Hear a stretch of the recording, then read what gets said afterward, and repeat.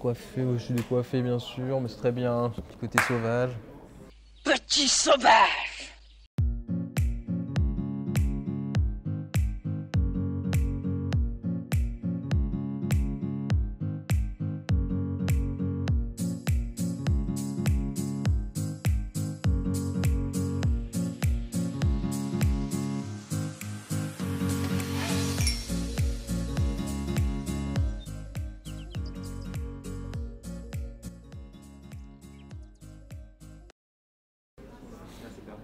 Santé Quentin, Santé.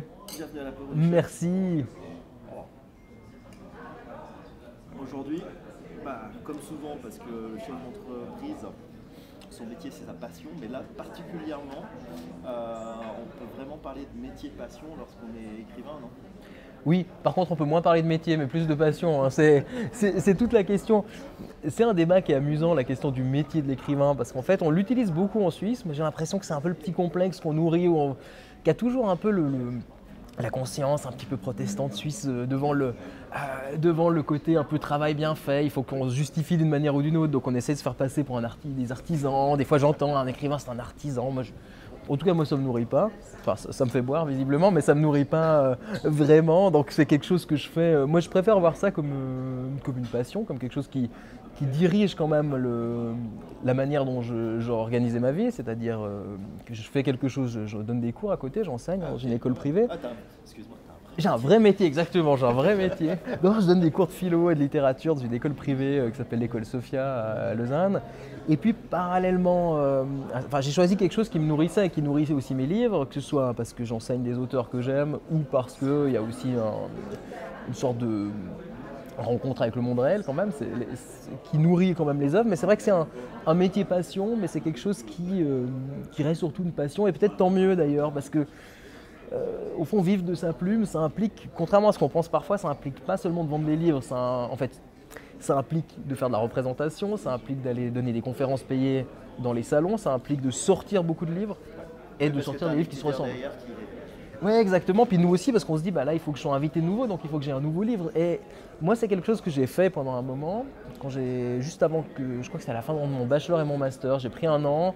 J'ai vécu la vie d'écrivain, mais en fait, ça faisait pas tellement rêver. C'était de passer d'un salon à l'autre pour gagner ma croûte. Puis en fait, c'est des endroits où j'avais pas envie d'aller. C'est pas que j'ai rien contre les salons, mais j'aime bien quand moi j'ai décidé d'y aller. Là, je suis de bonne humeur, je rencontre les lecteurs, c'est sympa.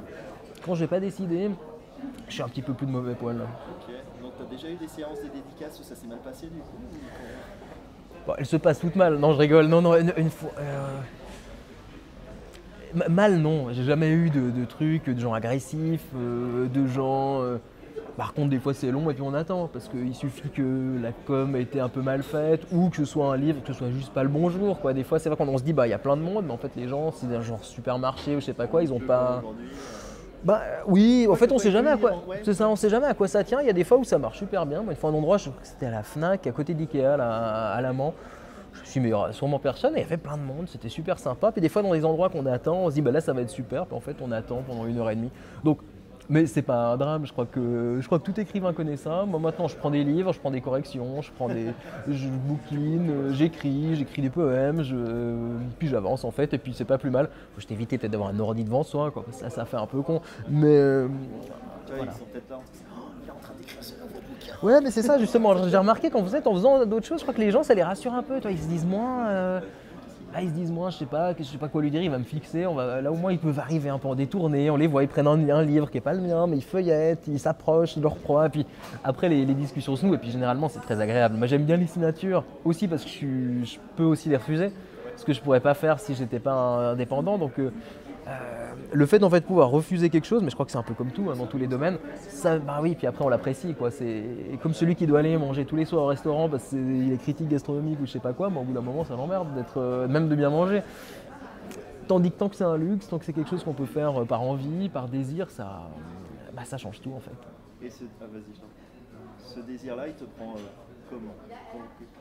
C'est quoi qui déclenche l'envie d'écrire, qui repartir au combat pour défendre le livre que tu es en train de pondre? C'est toujours étrange parce qu'en fait c'est un phénomène un peu dissociatif, c'est-à-dire que souvent quand je fais la promotion d'un livre, le livre a été écrit peut-être il y a un an en avant, 1 an et demi parfois. il peut y avoir des délais comme ça dans l'édition. Donc en fait, souvent, je me retrouve à défendre un livre alors que je suis en train d'en écrire un autre, même que j'en ai terminé un autre. Là, j'ai terminé un roman, je viens défendre un livre sur Jean Lorrain.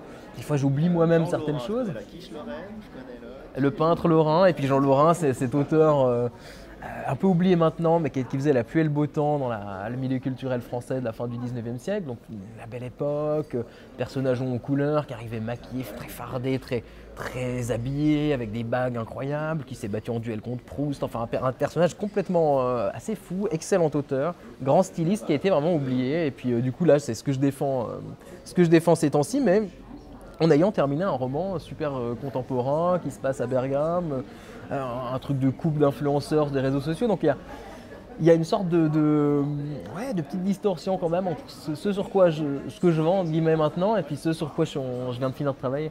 D'accord. Ce qui m'intéresse, là, les influenceurs à Bergame, c'est un polar, c'est même pas un polar, c'est un truc que je sais pas du tout où ça va être publié, je sais pas quand ça va être publié, ça le sera un jour.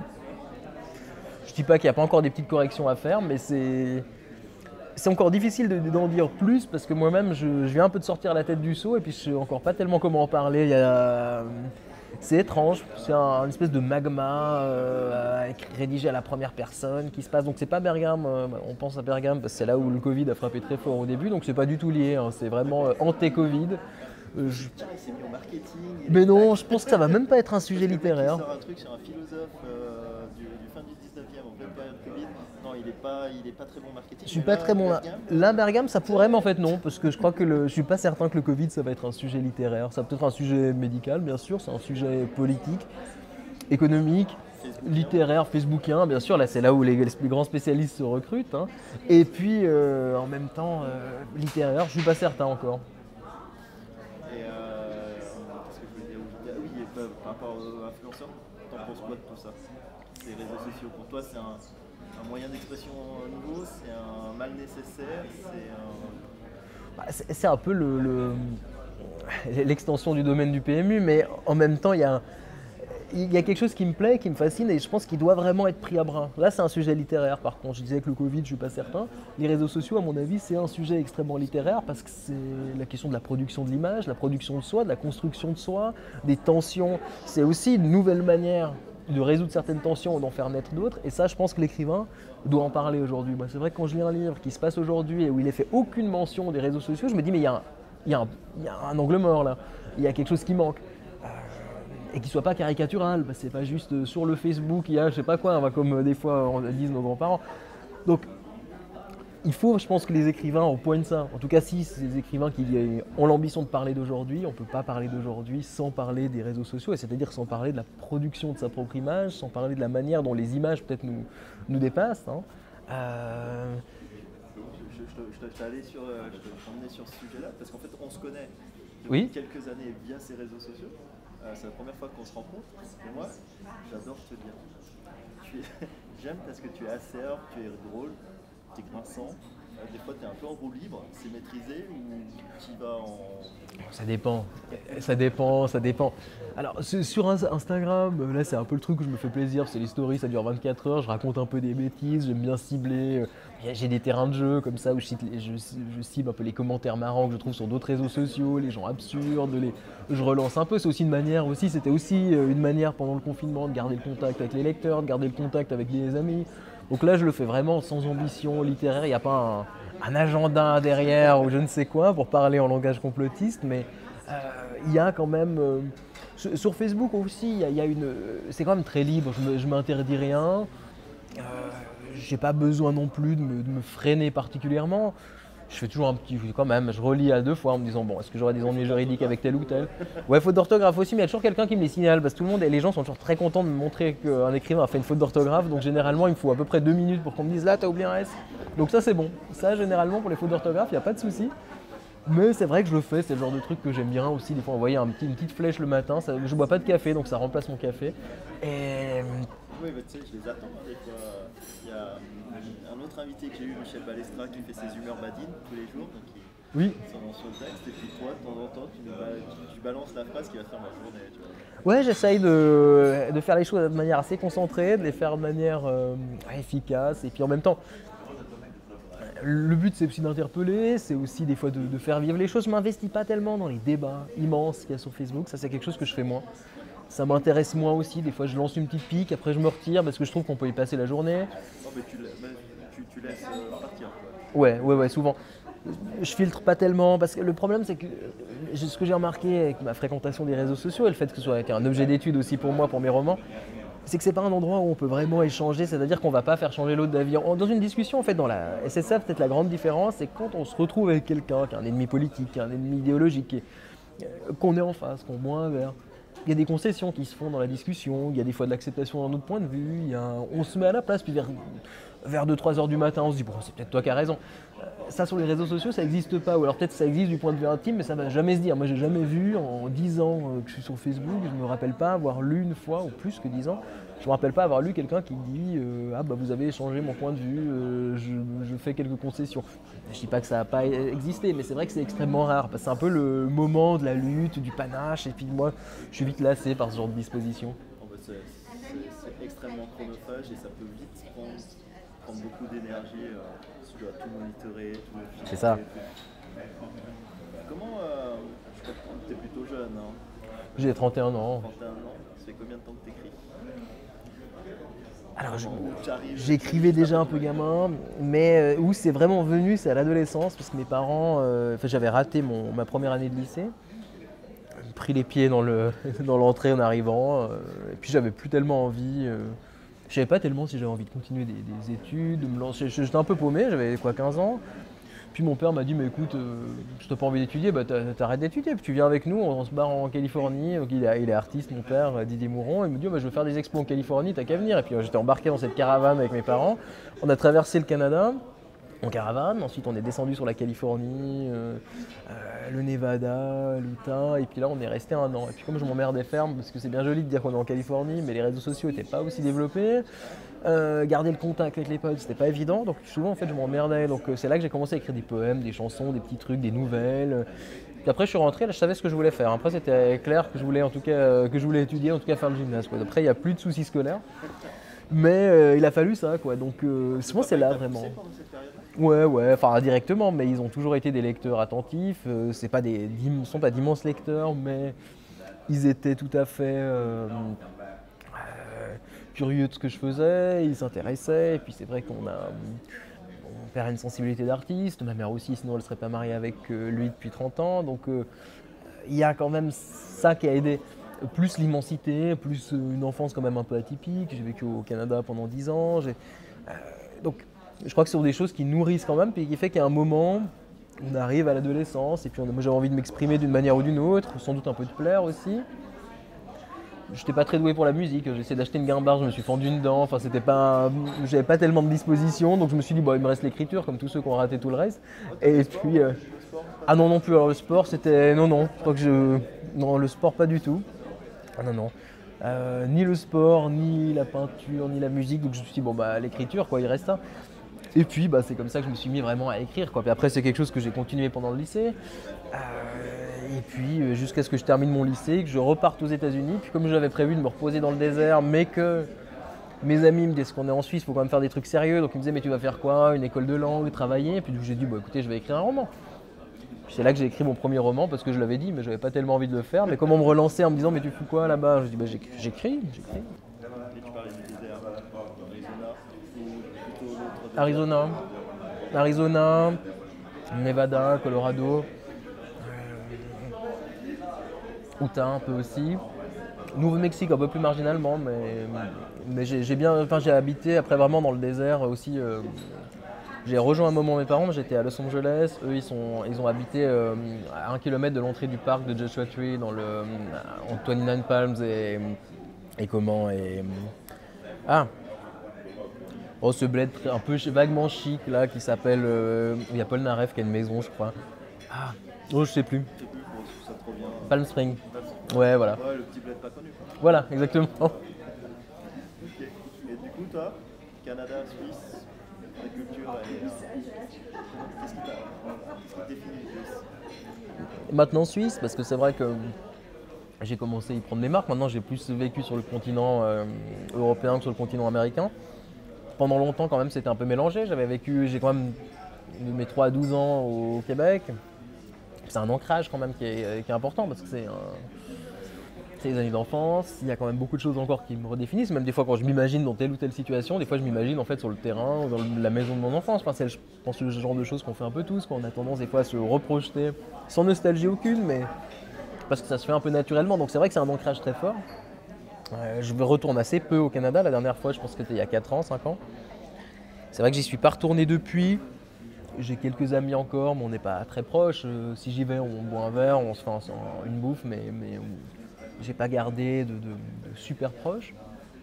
Mais en même temps, c'est vrai que c'est quand même quelque chose qui m'a nourri aussi. Notamment, je pense que quand je lis des auteurs américains, c'est drôle parce que j'arrive à faire, même si c'est pas les États-Unis, mais il y a des parallèles que je fais vite, rapidement. Même quand Bukowski parle de son enfance avec ses cartes de ramassage scolaire, ces trucs, c'est une architecture que je connais, c'est une ambiance que je connais, et ça me travaille encore. Je pense que ça a beaucoup travaillé mes premiers récits qui se passaient quand même souvent aux États-Unis, mais en fait jusque dans l'avant-dernier livre, hein, L'âge de l'héroïne. Donc c'est quand même quelque chose aussi qui m'a imprégné. Et c'était ce qui était difficile à faire comprendre à la critique au début, c'est que quand j'installais mes intrigues au Canada, aux États-Unis, c'était pas de l'exotisme facile en disant bon bah je fais un truc. Parce que ça va, oui c'est ça, mais exactement c'est ça, ça va bien marcher parce que c'est. En fait pour moi c'était naturel parce que c'était des paysages d'enfance qui m'avaient marqué, des ambiances qui m'avaient marqué, donc c'est pour ça aussi que les lecteurs me disaient mais c'est vrai qu'on a l'impression que tu y étais. Je dis bah oui c'est pour moi j'y étais. Des fois faut pas chercher des explications trop compliquées. Est-ce que du coup tu es bankable? Bankable, est-ce que je suis ouais. J'aurais pu l'être davantage hein, quand j'ai sorti mes premiers polars, 3 gouttes de sang, un nuage de coke, c'est celui que c'est le plus vendu. C'était pas immense, mais une sortie poche. Je pense qu'en continuant dans la voie, en polissant un peu mes polars, j'aurais pu faire des choses un peu plus vendables, qui m'intéressaient pas plus que ça. Déjà, je pense que la situation économique aurait été sensiblement la même, parce qu'en fait, qu'on vende un peu plus ou un peu moins, on touche un bal à peu près par livre, donc 1 ou 2 francs, donc ça n'a pas changé que j'en vende, pas que j'en vende 5 000 ou 15 000, enfin ça fait pas mon, voilà quoi. Donc, au fond, peut-être que j'aurais pu l'être. C'est les 100 000 balles, tu vois. Oui, ça se pourrait, hein, mais c'est des choses qui, en fait, je dis pas que ça c'est. On n'était pas arrivé à là, mais en Suisse romande, il faut bien voir qu'on parle déjà d'une bonne vente à 500 exemplaires. Hein, donc là, je suis quand même bien dessus. Donc moi, ça me va bien. Et puis, c'est la course à la vente, en fait, elle est aussi. C'est vrai qu'on a tendance à mesurer le succès d'un livre aux ventes. Mais en même temps, il y a. Et ça, c'est ce que je découvre avec Lorrain. Parce que c'est un livre, on sait c'est un essai, une étude un peu pointue sur un auteur oublié. Donc je sais que c'est pas un livre qui va se vendre. En fait, tu prends le nombre d'écoles qu'il y a en Suisse et puis ça va être ça le nombre de ventes. Même pas, parce qu'en fait, comme on le trouve pas, on peut même pas le donner dans les écoles à lire. Donc en fait, c'est un truc qui n'a aucune espèce de. Au fond, il n'y a pas tellement d'espoir du point de vue économique. Par contre, et c'est une autre forme de succès. Pour l'instant, tous ceux qui me font des retours, qui m'écrivent, ça arrive, des gens que je connais ou que je connais pas, me disent « Ah mais c'est super, j'ai commandé les livres de Lorrain ». Et je me dis bah, ça c'est une forme de succès parce que ça veut dire que je les ai amenés à s'intéresser à un auteur qui est oublié. Et pour moi c'est aussi une forme de succès. Je pense aussi au précédent, Vesoul le 7 janvier 2015, qui est un livre qui s'est plutôt bien vendu. C'est pas les ventes d'Amélie Nothomb ou je sais pas quoi. Par contre, beaucoup de gens, mais plus que jamais, m'ont écrit, ça a créé des débats, certains ont voulu me rencontrer pour débattre de certains points, on m'a envoyé des fois des messages assez musclés, mais plutôt sympathiques dans l'idée d'avoir un débat. C'est un livre qui a fait parler, qui a fait penser, et ça c'est une satisfaction que j'aurais pas eu forcément en écrivant à n'importe quel polar qui touche un grand nombre de gens, mais en fait qui les touche pas longtemps. Ouais, le temps de la lecture et puis après c'est rangé. Bah, c'est ça, je crois que c'est la différence en fait entre coucher avec une énième prostituée ou avec une femme qu'on aime. Mais je pense que c'est un peu la même chose. Mais c'est vrai que c'est peut-être mon côté sentimental, mais j'aime aussi toucher le lecteur au sens où ça le marque, où il y revient, où les personnages il se les approprie. Parfois il m'en reparle plusieurs années plus tard en me disant qu'il a lu ce livre il y a des années, mais qu'il se souvient de certaines scènes. Et ça, pour moi, c'est aussi une des formes du succès. Tu sais qu'à chaque apéro, il y a malheureusement, tu as toujours un pote un peu lourd qui débarque à l'improviste. Et il vient d'arriver, donc... Ah bah c'est bien, d'habitude c'est moi. Ah bah, vous allez bien vous entendre du coup, donc... je m'excuse par avance, je sais pas dans quel état il est, mais... J'ai hâte.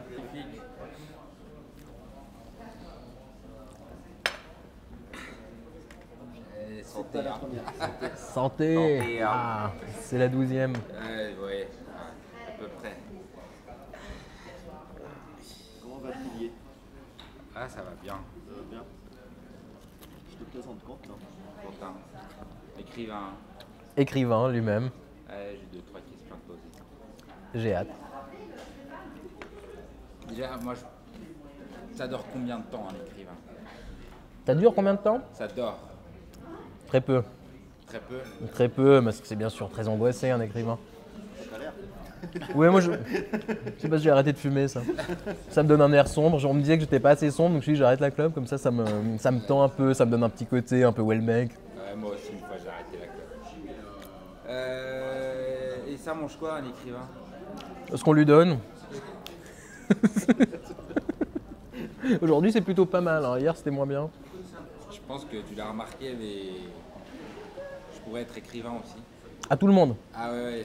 Ça c'est le point commun qu'ont les gens. Descartes disait la raison est la chose du monde la mieux partagée, mais en fait c'est le talent littéraire. Tout le monde est plus ou moins écrivain, tout le monde se dit en tout cas plus ou moins écrivain. Mais du coup, comment on fait pour écrire un livre? On ouvre un fichier Word. Ça c'est sûr. Moi je t'imaginais avec la vieille machine à écrire. Ouais, ça j'aimerais bien, mais je pense que je suis incapable de m'en servir. Je pense que ça irait pas du tout. Mais peut-être que je le ferai une fois quand j'aurai vraiment un petit côté, je serai dans un trip un petit peu Hemingway, mais comme il me manque encore l'expérience de guerre, du coup je me... Ouais, ça c'est vrai, je pourrais tenter un truc, ouais. Donc ça doit ouvrir un fichier Word, ça se met au boulot, ça écrit ce que ça veut, et puis ça doit essayer de rester libre. Moi, j'ai pas Word, hein, c'est trop cher. Ouais, après il y a les dérivés, hein, il y a les... Débrouillé. Et puis ça chante sous la douche en écrivain? Non, ça fredonne un peu Wagner dans ses bons moments, mais c'est tout. Ça donne quoi? C'est pour ça que ça doit rester sous la douche. Et du coup, c'est quoi la meilleure phrase pour draguer quand on est dans un salon du livre? On drague qui dans un salon du livre? Ah, pardon. Chacun ses goûts, hein. Tu sais, il y a un président français, il aurait trouvé son bonheur, le président français. Ah bah ça c'est possible, hein. Non, en plus j'ai rencontré Julie dans un salon du livre, mais on peut rencontrer des gens, hein, dans les salons du livre, ça arrive. Mais c'est vrai que globalement... T'as pas une petite phrase d'accroche? Ah non, ça c'est ceux qui vendent leurs livres comme des marchands de poissons, ça compte une phrase d'approche. Incroyable, j'ai vu des trucs. Ah, des mecs incroyables, hein, qui avaient leur phrase de relance, puis tu l'entends toute la journée, parce que comme tu es à côté, tu entends toujours la même. Et au bout d'un moment, t'en peux plus. Moi, j'ai pas de phrase d'accroche. Je cherche pas à être particulièrement vendable ou vendeur dans les salons, parce que si les gens veulent venir me voir, ils viennent, ils savent que je suis là, mais c'est vrai que si je dois me foutre à poil et faire l'hélicoptère pour les attirer, ça me... Non, d'accord. Et puis du coup, allez, entre vous et moi, allez Patrick, Il y a de la testostérone, et là. puis les gens qui vont regarder, t'as touché combien pour ton dernier livre? Alors on touche certaines personnes peut-être, mais pas tellement d'argent avant, hein. C'est rare, il y a des avaloirs. Mais là, c'était pas le but, parce que comme c'est un livre qui est normal, qui risque bien de se faire à perte, je me suis arrangé avec l'éditeur pour qu'il n'y ait pas d'avaloir. J'ai renoncé, côté chevaleresque. Et ensuite, on touche sur les ventes, mais c'est jamais beaucoup, hein. C'est généralement entre 8 et 12% du prix de vente, hein. Donc si on fait le calcul, je crois que Jean d'Ormesson était connu pour avoir 14%. Il paraît que c'était son surnom à Paris, on l'appelait Monsieur 14%, mais c'est peut-être une rumeur, hein. Mais en tout cas, c'est à peu près, c'est rarement plus. Donc il faut bien voir que pour avoir de quoi vivre, il faut en vendre beaucoup, et puis donc ça rend les choses très incertaines. D'accord. Belle réponse. Précise. Ah, je noie le poisson, hein, c'est comme ça que je le... T'en donnes des répondre sans vraiment y répondre. Ah bah c'est mon côté politicien, je vais bientôt me lancer. Parce que, au final, un écrivain, est-ce que c'est un bon Un bon coup? Ah bah c'est les meilleurs, mais on est les seuls à le savoir. Faudrait écrire un livre là-dessus. Bah, peut-être que ça m'amènerait quelque chose, hein, mais c'est pas... je crois pas que en tout cas en Suisse, je crois pas que ça séduise beaucoup, le côté écrivain. C'est plutôt même inquiétant, hein. En tout cas, quand j'étais sur des sites de rencontres ou des trucs comme ça, j'avais l'impression que c'était vraiment le truc, hein, qui est le plus inquiétant. Quand une fois quelqu'un m'a écrit, mais c'est... Enfin, une fille me dit, c'est vous le Quentin Mouron? Toi le Quentin Mouron? Je me suis dit, super Louban. Je dis, oui, c'est moi, plus rien. Paf. Ça a gelé le processus. Donc, voilà quoi, je pense que je suis pas certain que ça fonctionne, hein. Un site de rencontre ou un site d'escorte? C'était un mélange. Ouais. Ah, du coup, si je t'ai parlé de comment écrire un livre, c'est que j'ai une idée derrière la tête. Hein. T'en as un sous le bras que tu veux publier? Ouais, j'aimerais écrire un recueil en fait de mes meilleurs messages WhatsApp. Je l'appellerai après 2 grammes. Et moi je voulais savoir si tu penses que c'est une bonne idée, si tu peux me présenter un peu. Je l'appellerais Chopingramme, ça fait une petite coloration un peu culture. Non mais en plus je crois que ça s'est fait ce truc sur les trucs WhatsApp parce que c'est devenu un peu les écrivains aiment bien au début un peu recycler les trucs, mais en fait moi ce qui m'intéresserait c'est plutôt de savoir ce qu'on a à dire d'une application comme WhatsApp plus que de voir comment le médium s'exprime, parce qu'on le connaît tous, on l'a tous dans la poche. Merci, je ne créerai pas mon. Je suis incollable. Tu as une vocation. Ah mais oui, il faut, on appelle ça, dans le milieu de l'entreprise on appelle ça dissoudre la concurrence, on appelle ça comment Je veux pas faire le mec opportuniste, hein, mais j'aimerais bien d'avoir un exemplaire de ton dernier livre. Non mais je peux te faire une dédicace sur les fesses si tu veux. Non, ça y a déjà mon ex. Non, il y a maintenant, il y a une vidéo qui tourne. Donc, Ah, moi s'il y a une vidéo qui tourne c'est super. Mes plus belles sextapes pour mes 20 ans de carrière, ça fera un... Je crois qu'avec ce monsieur on n'obtient rien. Alors moi je pars. J'en ai marre. Merci, Santé. il y a des potes qui m'attendent pour une autre bière. Des potes écrivains forcément. Oui, ah oui, oui. ouais, tiens, on a les amis qu'on mérite. Toujours. Ah ça c'est ce que je me dis chaque fois que je vais à une soirée. On t'invite enfin. Où Difficilement. est-ce qu'on Mais... t'invite parce que tu es le garant intellectuel et littéraire de la soirée. Ça arrive je pense, ouais. Mais généralement... Mousser un peu, ouais, j'ai un peu. Ouais mais après 1 heure on voit bien que je suis le garant de plus rien du tout, donc généralement on me réinvite pas 2 fois, mais on m'invite quand même des fois. Ouais. Alors un peu pour tu vois, continuer sur le côté questions, j'aime bien faire le portrait de l'invité. Portrait chinois, parce que je me facile. Comment on devient chef? Comment on devient chef? Comment on devient chef? Ça dépend chef de quoi, parce que chef c'est quand même le surnom qu'on vous donne dans un PMU aussi. Donc moi que je vais que dans des bars où on m'appelle chef généralement, donc c'est un peu mon standing d'établissement. Au kebab en dessous de chez moi aussi on m'appelle chef, donc je suis chef de beaucoup de choses finalement. Je suis pas encore chef littéraire, heureusement je crois qu'il y a une hiérarchie mais elle est un petit peu plus perverse, elle est un petit peu plus implicite. Ok. Il y a une vraie hiérarchie. Non, il y a... Peut-être certains en rêveraient, mais... L'envers du décor. Il n'y a pas d'hierarchie, c'est clair qu'il y a toujours quand même ce truc des grosses têtes d'affiche, comme on dit, qui sont là, qui ont souvent des avantages dans les festivals, des avantages en termes d'hôtellerie, en termes de... C'est un peu ça, il y a en fait des sortes de systèmes de classe assez rigides. Mais heureusement, comme les écrivains sont souvent des fêtards et des buveurs, généralement cette hiérarchie elle s'estompe, plus la soirée avance, plus ça s'estompe, puis à la fin tout le monde se tape sur les cuisses et c'est parti. Encore de nos jours, ça serait pas mal vu si tu tapes sur la cuisse de ta voisine. Disons que j'attends qu'on le fasse. T'as un gamin qui est un peu moins éméché que Max, qui vient te voir et qui dit j'aimerais faire comme toi et devenir écrivain, tu lui donnes quoi comme conseil? Déjà c'est vraiment au seul à qui je réponds, c'est les étudiants ou les passagers un peu une tendresse. C'est vrai que quand c'est quelqu'un qui... Je viens peut-être moins tendre quand les gens sont plus âgés et qui m'écrivent. C'est vrai que souvent je sais pas quoi dire en fait. Et le problème c'est que comme je suis pas éditeur, c'est compliqué. Je pense qu'il faut déjà écrire. Parce que souvent les gens me disent on fait comment pour écrire? Je dis en fait, je sais pas, il y a un moment on s'y met. J'arrive pas à faire après une fois que c'est écrit, faut peut-être se tourner vers un éditeur qui publie des choses qui ressemblent. Mais je pense qu'il faut se lancer. Et puis il faut essayer de pas se faire décourager surtout. Et ça c'est pas évident. C'est pas évident parce que c'est vrai qu'il peut y avoir le refus éditorial, il peut y avoir tout à coup on dit non et puis il y a une suite de non, ça peut d'un coup mettre à terre une vocation, ce qui n'est pas toujours un gage de mauvaise qualité, mais je pense que j'ai l'impression qu'il y a quand même ce fossé qui fait qu'on peut être découragé. Si on a envie d'écrire, si écrire nous fait du bien, si écrire nous semble être la manière la plus propre à nous exprimer, à construire quelque chose, je pense qu'il faut continuer sans se faire décourager. Mais c'est toujours un conseil un peu de connard que je donne parce que moi j'ai été très vite publié, j'ai rencontré mon éditeur dans un bar par hasard, j'ai envoyé 5 pages, il m'a dit c'est génial, je te publie. Donc j'ai pas connu vraiment la fameuse tape sur la cuisse, exactement. Donc j'ai pas connu cette espèce de souffrance, de la recherche. Donc j'en sais rien en fait. T'as la peau dure? Ah c'est ouais. Et après dans l'édition, au bout d'un moment on a le cuir un peu solide. Mon éditeur était dans la finance avant, il était au Crédit Suisse, il me dit mais est-ce que ça me manque des fois le milieu de la finance? Je crois que c'était d'une douceur et d'une cordialité par rapport au milieu littéraire. Et donc, je crois que dans tous les milieux artistiques, mais surtout en Suisse romande, où il y a quand même peu d'argent, donc il y a beaucoup d'ego qui compensent l'argent, ça donne quelque chose qui peut vite être assez malsain. Parce qu'au bout d'un moment, chacun est jugé, visé. Des rumeurs circulent très vite. Et puis ça, si on n'arrive pas à s'y faire, si on est trop sensible, si chaque fois on chialote, chaque fois qu'il y a une critique négative, on est là en train de se dire mais c'est horrible, je sais pas ce qui m'arrive, etc. C'est injuste.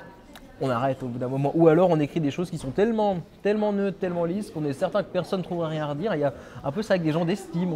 On n'aime pas tellement ce qu'ils écrivent, mais ils sont gentils, donc on va quand même à leur vernissage, et puis ils sont un peu mignons, et puis. Mais ça sert pas à grand chose. En tout cas, c'est pas du tout ma conception de la littérature. Donc je pense qu'il faut avoir le cœur solide, il faut accepter les critiques. Sur les réseaux sociaux, elles sont rapides. Surtout le vendredi et samedi soir, c'est généralement là, entre minuit et 2h, c'est là généralement que les gens se dévoilent, d'un coup osent m'écrire des trucs un peu aberrants, des critiques, des trucs. Il y a autant de fans que de trolls. Ouais, je crois quand même. Non, j'ai quand même je suis assez privilégié, j'ai des lecteurs très fidèles, qui, en plus intéressants, je dis pas ça pour leur lécher le cul, hein, mais il y a quand même j'ai de la chance, j'ai des lecteurs en tout cas que j'aime, avec qui j'aime vraiment partager, et qui vraiment je peux avoir des échanges intéressants, ce qui n'est pas, j'imagine, le cas de tous les auteurs. Donc il y a quelques trolls qui reviennent, il y en a. Tu les as pas bloqués? Ah, je bloque, c'est rare que je bloque vraiment quelqu'un. Je crois que j'ai jamais bloqué personne, à part une fois un type, mais qui était visiblement qui a viré un peu taré. C'était tellement complotiste qu'il postait quand même jusqu'à 40 statuts, renvois à tout sortes de trucs par heure sous mes publications. Donc là, ça devient un problème en fait physique, quoi. C'était pas que je. Normalement, je laisse les gens aller assez loin avant de me préoccuper de ça, mais là, c'était un peu. Ah oui, là, c'est vrai. T'as le choix de passer une soirée avec une célébrité, et plus si affinité, tu choisis qui? Peut-être Houellebecq, mais sans les affinités. Son meilleur bouquin pour toi? La carte et le territoire. Après, je trouve que c'est un peu moins intéressant, justement, peut-être à cause de cette question des réseaux sociaux qui est mise de côté, en fait. Parce qu'après, dans le dernier, il fait quand même des pirouettes pas possibles dans Sérotonine pour ne pas parler des réseaux sociaux. C'est-à-dire qu'il va dans un camping où il n'y a pas Internet, après il y a une panne, après il y a ci, son téléphone ne marche plus. Et en fait, il contourne l'obstacle sur 400 pages. Alors que pour tout ce qu'il décrit, ce serait idéal, c'est-à-dire le côté révolution, enfin révolte en cours, là. C'est quelque chose qui se fait, d'ailleurs on l'a vu avec la crise des Gilets jaunes, c'est quelque chose qui s'est fait beaucoup par les réseaux justement. Or, ne pas le mettre, ne pas l'indiquer, parce que je pense que c'est un choix, il n'a pas envie de ça, je pense qu'il n'y est pas, donc il ne maîtrise pas. Peut-être son éditeur a peur. Et ça, j'ai trouvé que c'était c'est un problème, et je trouve un petit peu plus autoparodique. Soumission est encore marrant, mais je trouve que Sérotonine, j'ai trouvé un petit peu autoparodique, mais peut-être que ça va revenir. Mais c'est vrai que je suis un peu moins. J'ai acheté ces interventions là qui viennent de sortir. Je trouve qu'autant celles des années 90-2000 sont vachement intéressantes, souvent assez punch sur des trucs pour plein de revues pour lesquelles il a écrit. Et que là, c'est vrai que les entretiens fleuves avec Valeurs Actuelles, je suis un peu moins fan, quoi. Je trouve que ça tourne un peu autour d'un espèce de catholicisme bon teint, mais auquel il ne croit pas lui-même, donc ça fait un petit peu parodie. Et ça m'a beaucoup moins touché, mais peut-être que je ne veux pas juger un écrivain sur un livre que j'ai moins aimé. Tu as acheté son album, coproduit avec Jean-Louis Aubert? Je l'ai écouté, ça m'a suffi. C'est quoi la soirée parfaite pour Quentin? C'est là où on me fout la paix. Non, moi j'aime bien sortir, mais j'aime bien aussi ces soirées où je suis juste sur mon fauteuil en train de lire. C'est à peu près la seule chose plus ou moins luxueuse que j'ai chez moi, c'est un espèce d'immense fauteuil colonial en acajou massif, très confortable, sur lequel je peux lire pendant des heures et des heures sans jamais avoir mal au dos. Donc c'est un peu ça pour moi. J'adore ça en écoutant les quatuors de Beethoven. Je suis pas un immense fêtard. Quand je fais la fête, je la fais bien. Par contre, généralement, là, je rentre tôt ou va retard le matin. Là, c'est gros, mais c'est vrai que je suis pas un type. Je suis rarement un type de pote d'afterwork, tu vois, où tu vas te retrouver juste boire un verre. Parce qu'en fait, le problème, c'est que si je bois un verre ou deux, ça va. Mais dès le moment où je bois, je sais pas, 3-4 verres, ça rend pas quelqu'un ivre. Mais moi, ça me rend incapable de travailler ou de lire. Et donc, c'est ça. Si après je dois rentrer à la maison et être tout seul chez moi, c'est-à-dire que je fais pas grand-chose parce que je passe quand même le plus clair de mon temps à lire ou à écrire. Donc, si je peux pas le faire, ça me rend un peu malheureux. Donc, soit je fais une grosse fête, je me dis, bah là c'est bon, on lâche les chevaux. Ou soit je suis petite tisane, quatuor, écriture. J'ai pas tellement d'entre-deux. Ok. Ah, ça doit te faire bizarre de croiser en soirée, toi. Et pareil, heureusement, des fois, je me rappelle pas. Qu'est-ce qui inspire Quentin? Ça dépend. Ça peut être des situations très concrètes, des situations de ma vie courante, des conversations aussi que j'entends. C'est ça que j'aime bien le train. J'aime bien aussi j'aime bien les bars où ça parle fort. C'est ça que j'aime bien. J'aime bien les PMU parce que ça parle fort, ça parle sans filtre. En plus, c'est sympa. Enfin, c'est-à-dire que tu peux, si tu as envie, si quelque chose te retient l'attention, tu peux dire ah bah tiens, c'est marrant ou je sais pas quoi. Tu peux interagir avec les gens, ce qui n'est pas toujours le cas des bars un peu branchés comme ça, où il y a déjà la musique qui est très fort. Ou...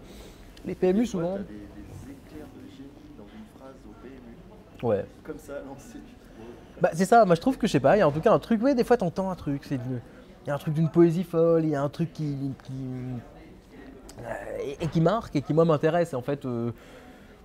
J'aime bien ces endroits-là, j'aime bien les endroits où ça discute, j'aime bien les réseaux sociaux aussi, mine de rien. C'est aussi les endroits où ça discute et où on voit les névroses des gens, et où on voit leurs faiblesses, et où on voit leurs outrances, où on voit leur côté un peu. Souvent, c'est un peu ce qu'ils rêveraient d'être, hein, c'est-à-dire des gens très sûrs d'eux, très, très définitifs, très péremptoires. Et si on les rencontre, on imagine des gens tout effacés, qui se regardent en chien de fusil, mais là. Ça leur donne une espèce de carrure et c'est ça aussi qui m'intéresse. J'aime bien saisir les gens dans leur faiblesse et dans leur grotesque aussi. Et ça pour moi c'est quand même une composante intéressante. On dit souvent que mes livres sont drôles, sont parfois cyniques mais drôles. C'est aussi parce que je crois pouvoir, j'ai une certaine faculté à saisir les gens dans leur faiblesse, pas dans leur affaissement, dans leur avilissement. C'est pas des gens qui sont là dans la boue. Non, c'est ça, mais des fois je les saisis juste dans une faiblesse que j'ai aussi. Moi par exemple je suis très à l'aise sur les réseaux sociaux. Je suis très à l'aise à l'écrit. Je suis très à l'aise aussi, assez à l'aise quand on me branche une caméra, un micro. Une discussion comme ça, je suis beaucoup moins à l'aise. Par exemple, si j'ai pas de micro, si je suis pas en train de faire de la représentation, je suis beaucoup moins à l'aise. Le téléphone, c'est un enfer. Je peux vraiment paniquer quand on m'appelle. J'ai toujours un moment de terreur. Quand j'entre dans un bistrot, souvent je me cogne à 3 tables, je me lève 2 fois. C'est vraiment le genre de truc d'interaction sociale où je suis pas du tout à l'aise. Donc moi je comprends aussi ces faiblesses-là. C'est-à-dire que le fait qu'il y a des moments où on se sent très bien, tout à fait soi-même, on est dans notre rôle et tout va bien. Puis des moments où ça s'effondre un peu. Et c'est ces effondrements-là qui me plaisent. Parce que pour un écrivain, c'est aussi ça. La littérature, elle est toujours nourrie de conflits. Alors, les grandes inspirations littéraires, c'est la guerre, hein, bien sûr. C'est Homère, c'est jusqu'à Richard Mille, de Homère à Richard Millet, c'est la guerre qui inspire l'écrivain.